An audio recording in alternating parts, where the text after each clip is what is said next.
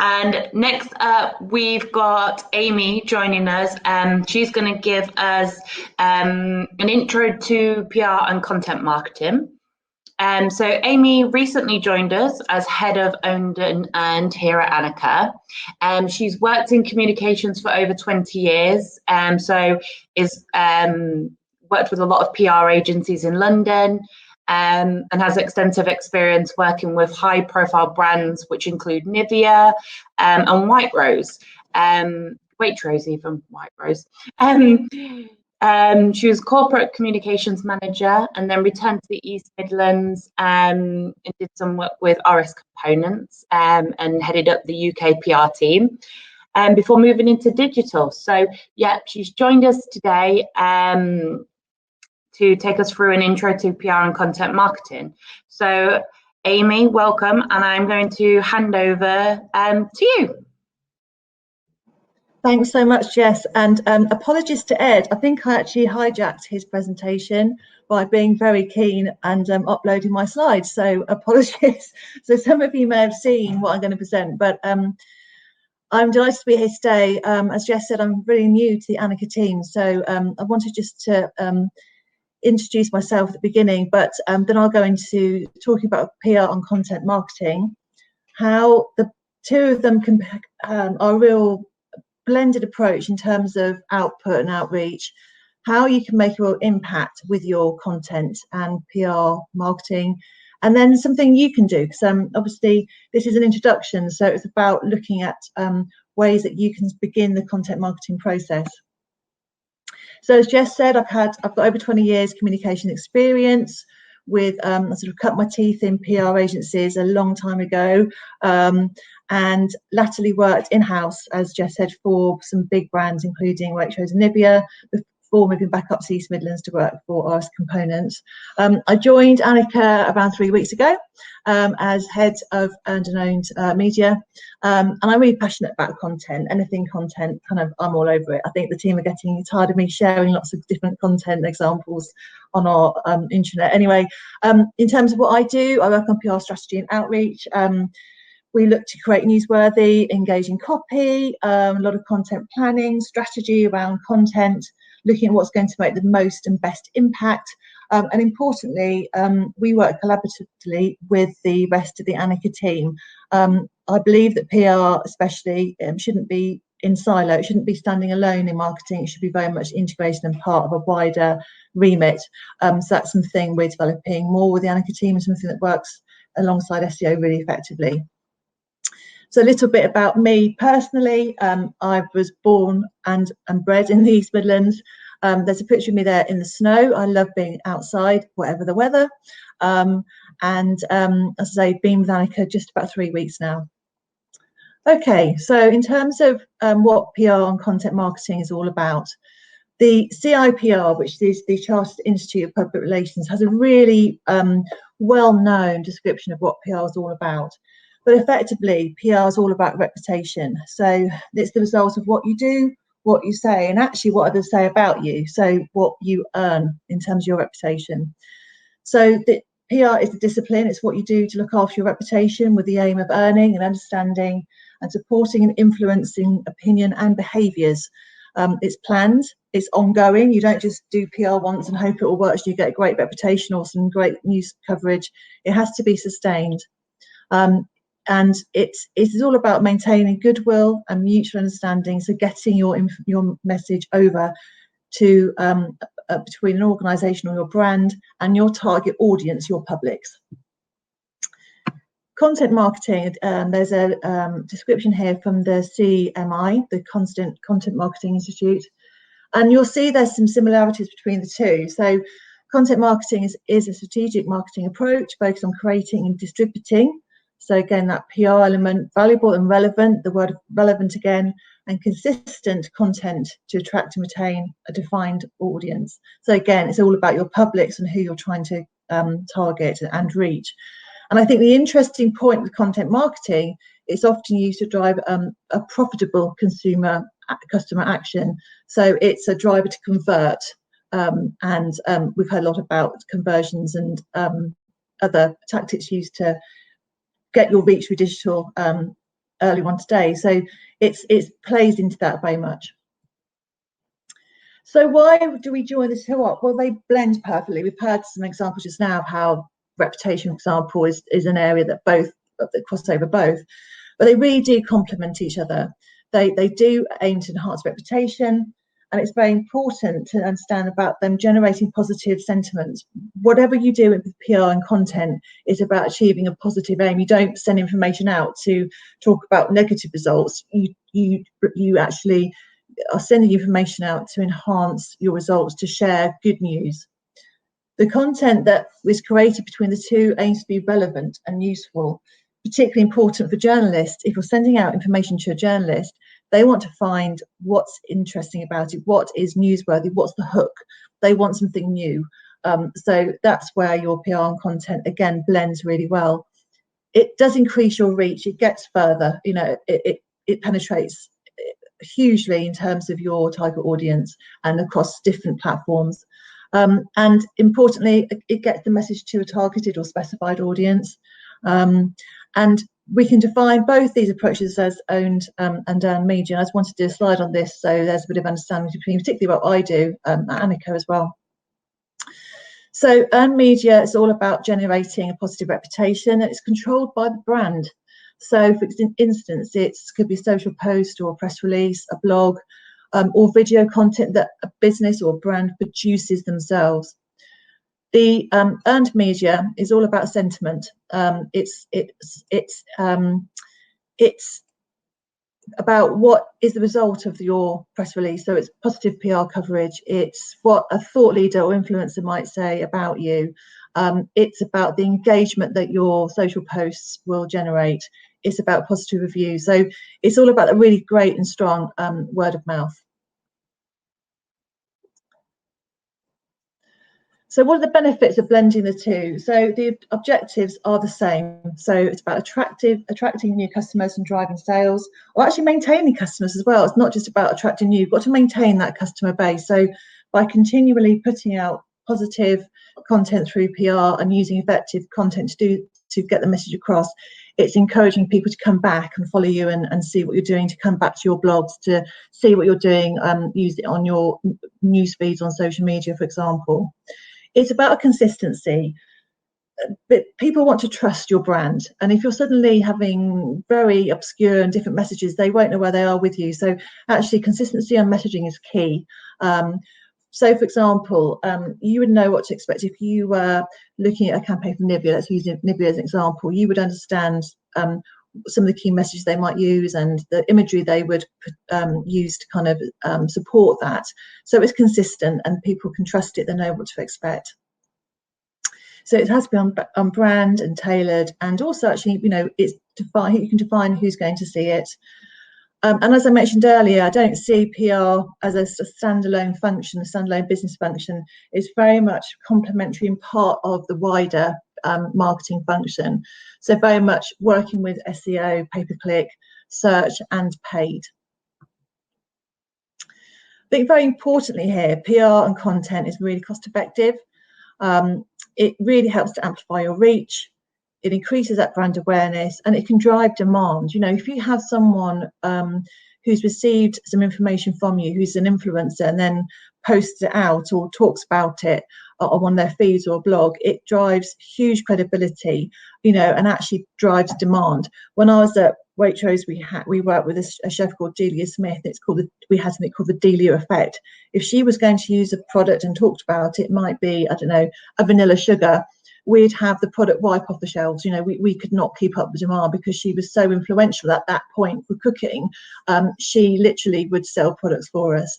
And you've got people like Mrs. Hinch today who might endorse a particular cleaning product or way of doing something, and those associated products again fly off the shelves, and the Daily Mail write all about it, you know, and you'll see it all over Instagram. So this is about creating that demand through content and PR. Similarly, it creates thought leadership. Again, influencers are a way of doing that, but we see that more frequently on platforms like LinkedIn. And we've spoken earlier about the brand loyalty, which really helps to drive that credibility. So what does this approach look like? There's kind of 4 pillars that are quite relevant here.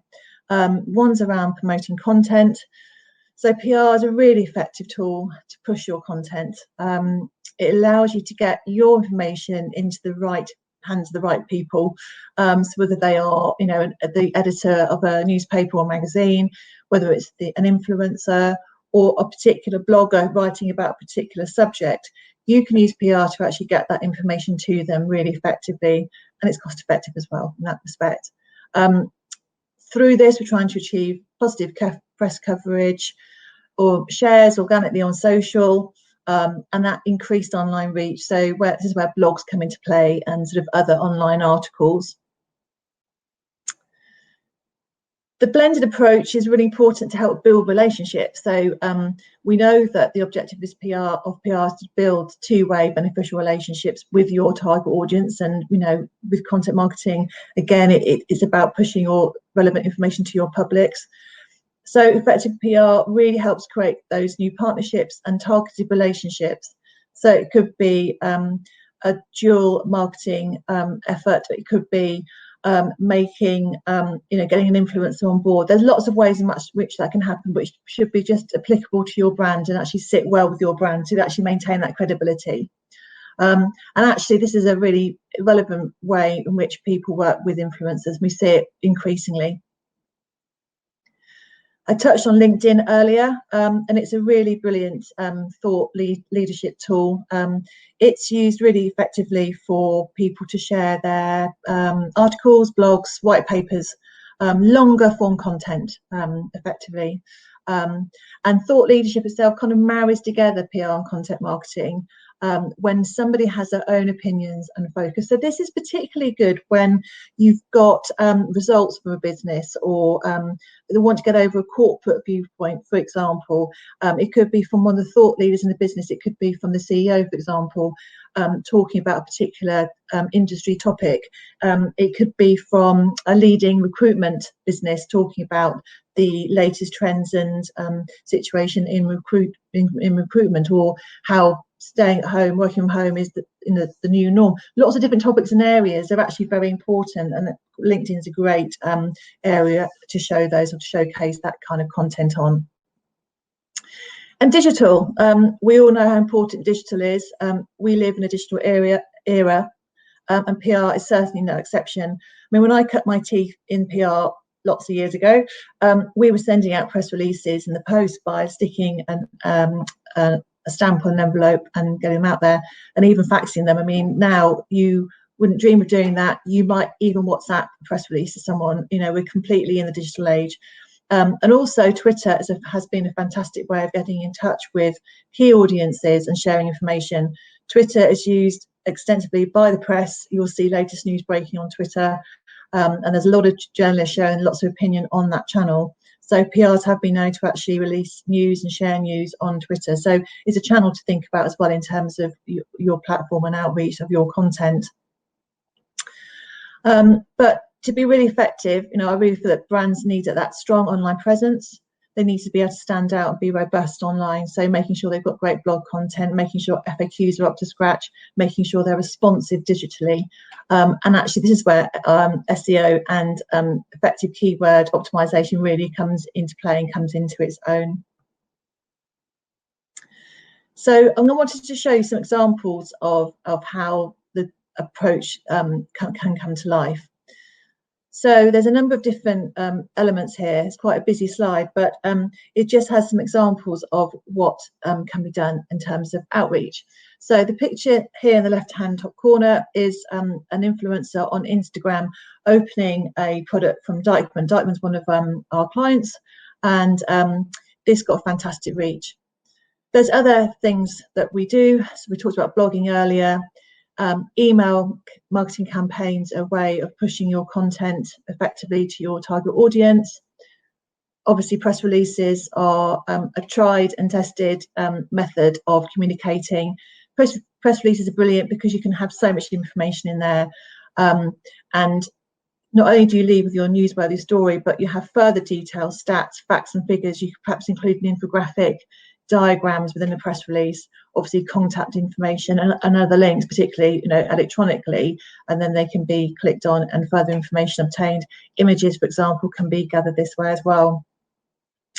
And video is another area I'm really passionate about. Video and video marketing. YouTube is the biggest search engine behind Google in the world. If you're looking for something, you want to know how to do it, you type it into YouTube and you can see video content. So it's really important to think about video as a source of effective PR, whether it's a video news release or a piece of content, effective content for your content marketing. So I just wanted to show you an example from Anicca. My colleague Sarah has been working on Palex for a while and has delivered some fantastic PR coverage. And so thank you, Sarah, for sharing with me some of the great content that you've achieved for them. With Palex, one of the objectives is to get relevant, newsworthy stories into their target media. And this is the transportation trade press. And there's just a couple of examples here to show you what's been achieved. This is bang on message for the client. They've got all their key messages in there with some great imagery. So big tick in terms of what Sarah achieved there. And some example of the results from the campaign over a course of several months. And importantly, when we're looking at the reach of campaigns, we look at the links from coverage as well. We're not just looking at column inches anymore. That's kind of days gone past. It's very much about that digital reach, that digital impact. For example, here you've got the number of social shares that have been achieved. So it's very important for people to understand how effective that PR and that content has actually been.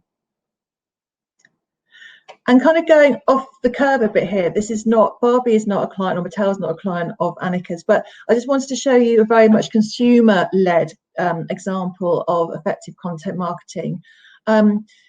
Barbie's she's quite controversial as a toy with lots of parents. I'm a mum and I have lots of parents who say they would never have a Barbie in the house.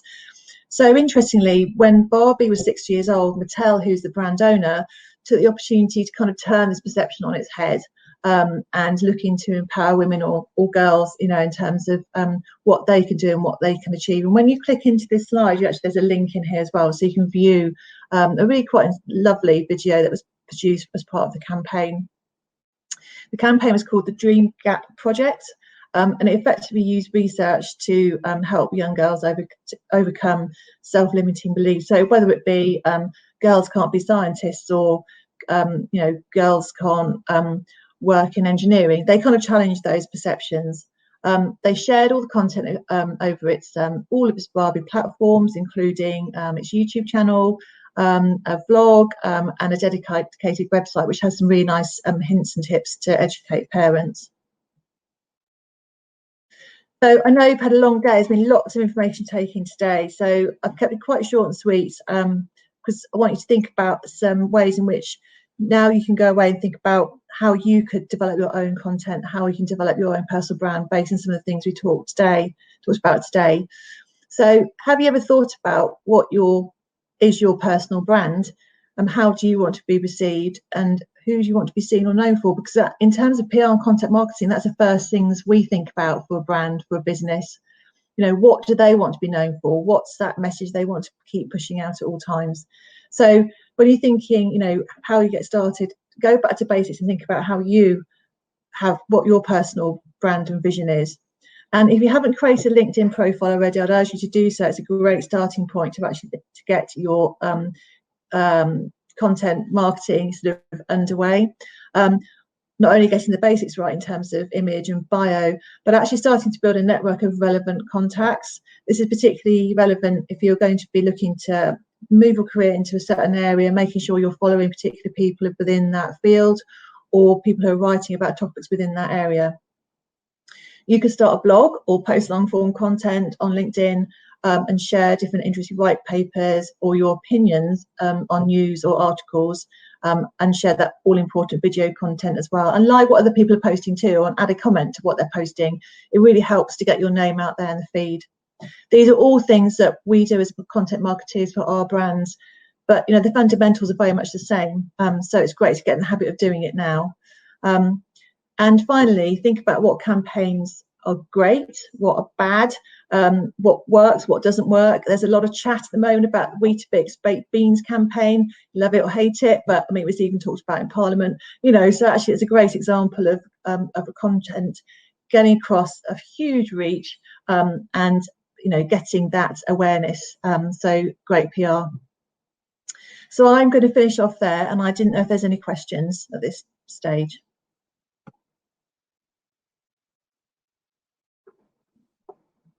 Great, thanks so much, Amy. I think we did have one question from Simon. He wanted to know your view on emerging platforms like TikTok and Clubhouse. I love Clubhouse. Yeah, so I'm lucky enough to have been able to dish out about 10 invitations now on Clubhouse, but I dished out a couple to people that got on Android, so that was a bit of a no-no. Yeah, I think they're brilliant, but obviously for the right audience and for the right message, the thing that you're going to achieve. So, you know, Palex probably as a client wouldn't be relevant to put their content onto TikTok, but you know, there's other platforms that would be more relevant for them. But I think it is dependent on your brand. But as content marketeers, we should always be aware of those platforms, what the benefits are, what the limitations are. I love Instagram, I love Reels. I'm really bad at making Reels, but you know, I do love them, and I'm kind of addicted to watching them, and they're brilliant for brand building as well. But I think it's really important to just keep aware of what they are, what the limitations are, and if they're effective for your brand, definitely experiment. Great. I think that was pretty much it on the question front. We still have Twitter open, so if there are any other questions that come up, Amy's got her email address here, so if you want to drop her an email, and still on Twitter using the hashtag #AskAnicca, and we'll be able to get some more questions asked if anything does come up that you think of after we finish today. But that is our last talk for today. So thank you so much, Amy.